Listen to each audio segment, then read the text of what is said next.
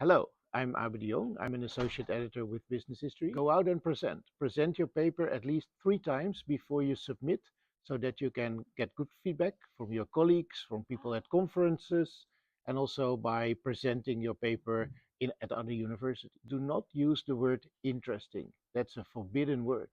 Explain why your paper matters to the literature and why other people should read your paper.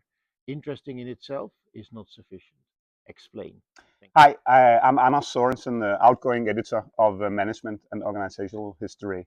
Be bold in your writing and argumentation. Readers need to know right away what your key argument is, what's the paper's contribution, and they need to know what constitutes the novelty of your paper. So otherwise, your paper will have too hard a time through review. Don't submit a paper that doesn't connect to existing debates and theories in your target journal, in this case, MOH. So what I'm saying is that you need to look.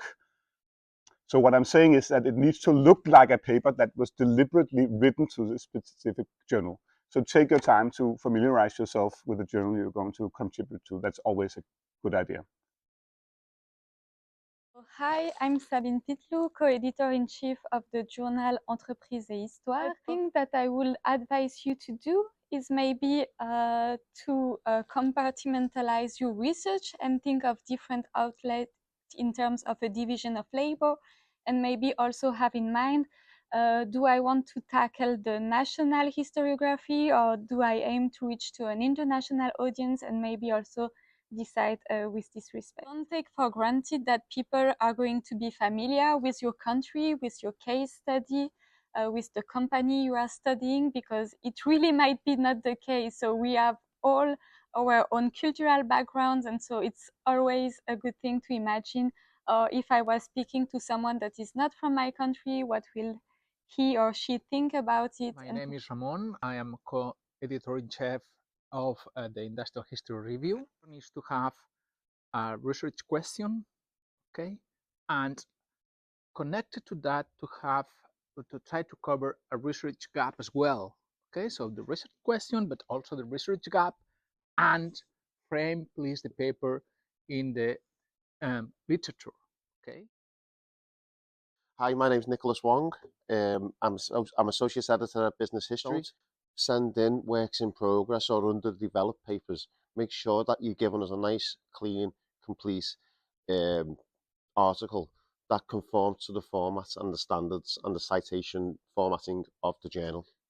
For any management scholars who are thinking of publishing in business history, make sure you're engaging fully with the history, you're using archival sources, and that you're engaging with the context. Provide some contextual background to the theory you're trying to develop. I'm Sakai from Hitotsubashi University, an editor-in-chief of Japanese research in business history. We are English language open access journal based in Japan. Currently, submissions are by invitation only, so you can't submit your paper to our journal, unfortunately. But we are reforming to become more open and international. Hello, this is Andrew Popp, Editor-in-Chief at Enterprise and Society. First of all, do remember that Enterprise and Society is first and foremost a journal of historical scholarship. Do know that we put no limits on the periods or the places in which we are interested. And do always try to speak to big questions that go beyond your own particular case study. But at the same time, don't try and do too much in any individual paper.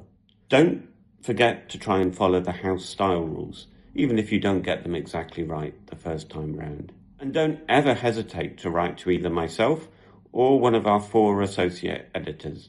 We want to hear your ideas. Hello everyone, I'm here to talk to you about the Journal of Evolutionary Studies in Business. A word of advice is always take a closer look at papers that are already published in this journal. And the reason for that is that you can find some exemplars as to how you can approach a particular topic, a particular setting, a particular set of perspectives, and at the same time, the way that some authors have actually put together the findings.